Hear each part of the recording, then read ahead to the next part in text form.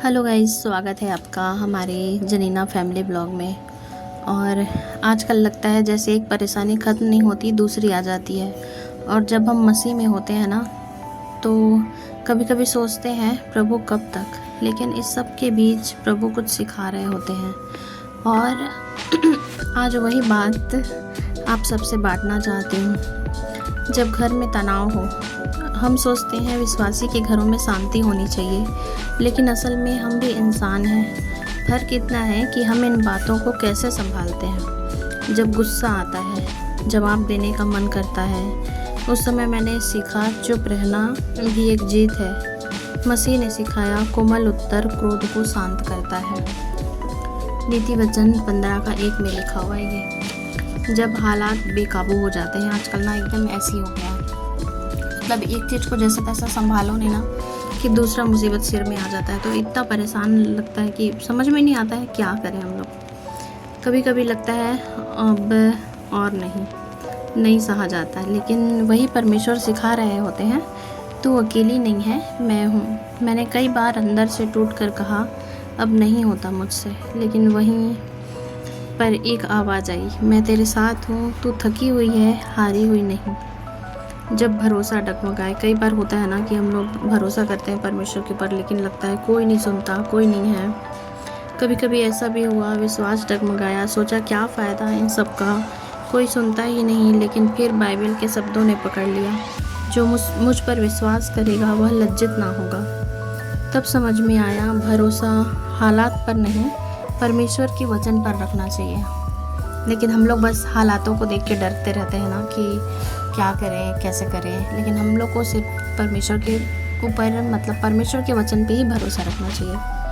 जब खुद पर गुस्सा आए, कई बार हम खुद को दोषी मानते हैं।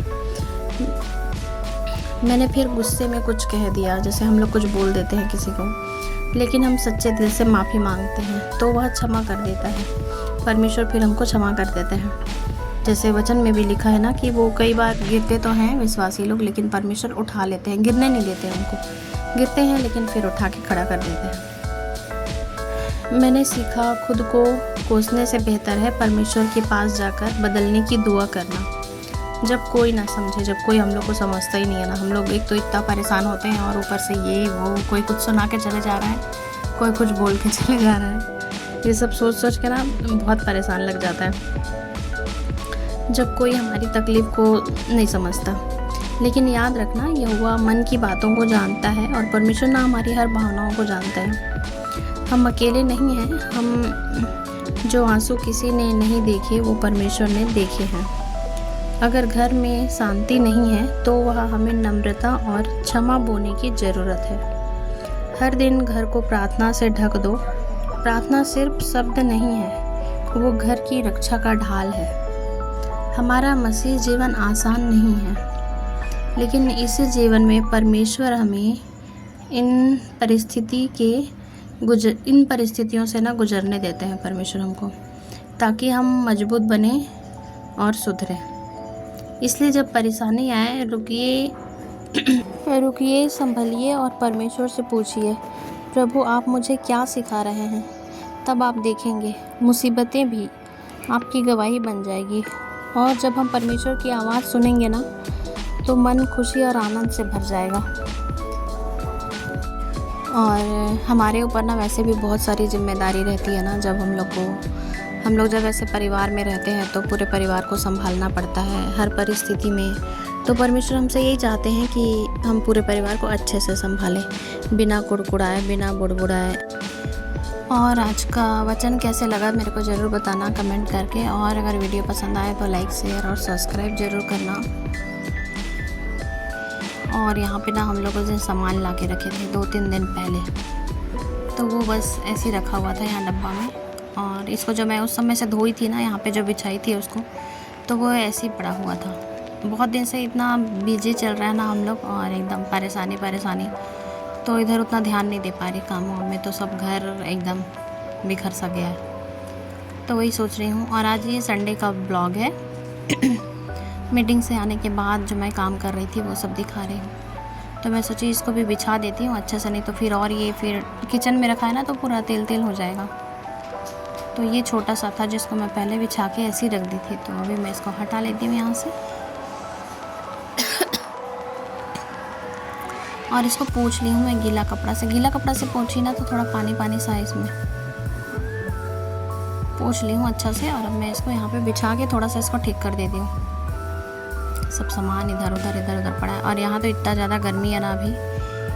अब मैं पंखा चालू करके रखी हूँ, इसलिए मेरा बाल सब उड़ रहा है।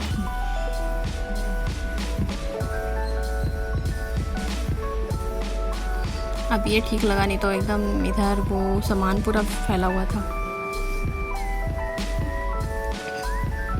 और ये यहाँ पे गिरा था, मैं उस दिन भजिया बनाई थी वो, तो मैं ऐसे ही पोंछ रही थी बस इसको, तो ये निकला नहीं था। जब ऐसे कुछ गिर जाता है ना किचन में तो फिर अपन लोग को उसको तुरंत पोंछ देना चाहिए, नहीं तो फिर ये सूख जाता है। और गर्म रहता है करके ना वैसे भी तुरंत सूख जाता है। मतलब जब गिरे उसी टाइम तुरंत पोंछो यहाँ पे, तभी ये साफ रह सकता है।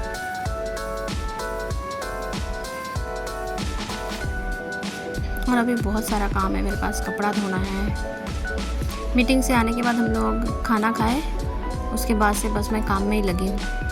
और अभी भी बहुत सारा काम पड़ा हुआ है। कल मैं मशीन में कपड़ा धोई थी, लेकिन आज हाथ से धोने वाला कपड़ा रखा हुआ है।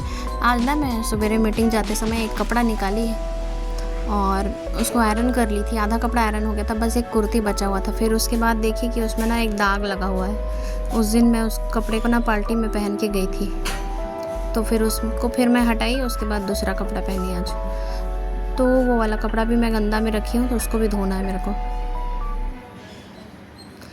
और उसके बाद फिर ये वाला कपड़ा पहनी थी, तो ये कपड़ा गर्मी बहुत ज़्यादा है ना, तो ये गर्माता बहुत ज़्यादा है। चिकना कपड़ा है, थोड़ा फिसलने टाइप का, तो ये मेरे को अच्छा नहीं लगा। फिर मैं इसको उतारी और फिर से बदली। आजकल हल्का कपड़ा ठीक रहता है ना गर्मी में, सूती वाला। और ये थोड़ा फिसलने वाला कपड़ा है, तो वही बस ऐसे कपड़ा सब पड़ा था, तो फिर उसको मैं तय करके रख दी हूँ। और इधर ना और भी कपड़ा रखा हुआ है, उसको भी तय करके रखना है मेरे को। और बाहर में और कपड़ा सूख रहा है, उसको भी बाद में उठा के लाऊंगी। पहले मैं इसको हटा देती हूँ। ये वाला कपड़ा ये कल का रखा हुआ है ऐसे, तो मैं सोच रही हूँ पहले इसको ठीक करके रख लेती हूँ, फिर बाद में उसको करूँगी लाके, नहीं तो और बहुत सारा भर जाएगा अभी। आज वैसे भी सुबह से उठ के ना काम में लगी हूँ, तो बहुत थक गई हूँ।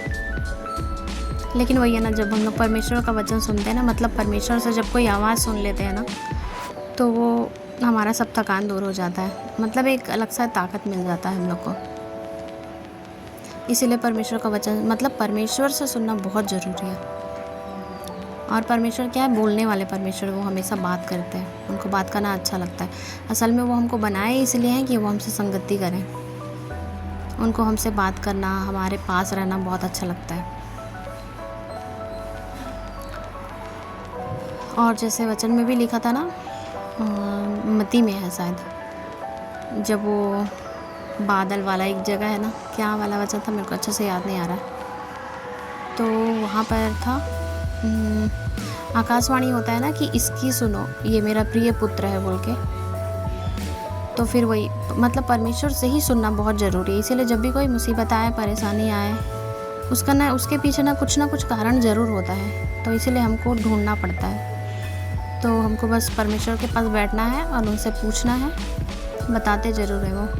और उनसे सुनना बहुत ज़रूरी है। जब तक हम उनसे नहीं सुनेंगे ना, हम लोग बहुत दुखी, बहुत चिंता में डूबते जाएंगे, परेशान होते रहेंगे बस, और कुछ नहीं होने वाला है। लेकिन जैसे हम लोग उनका सुन लेते हैं ना एक बार वचन उनसे, तो वो अपना अलग ही उनका खुशी और आनंद हमारे अंदर भर जाता है। फिर हमारे लिए ये सब काम उतना कठिन नहीं होता है। जब मन शांत रहता है ना, तो हम लोग काम भी बहुत आसानी से कर पाते हैं सब कुछ। और परमेश्वर का वचन ना हमेशा खुशी, आनंद और प्रेम के साथ आता है। जैसे कोई अपना बोल रहा हो, एकदम अच्छे से बोल रहा हो, तो और ना उस वचन में ही सामर्थ होता है। इसीलिए सुनना बहुत ज़रूरी है, क्योंकि वही सामर्थ तो हमको चाहिए होता है ना।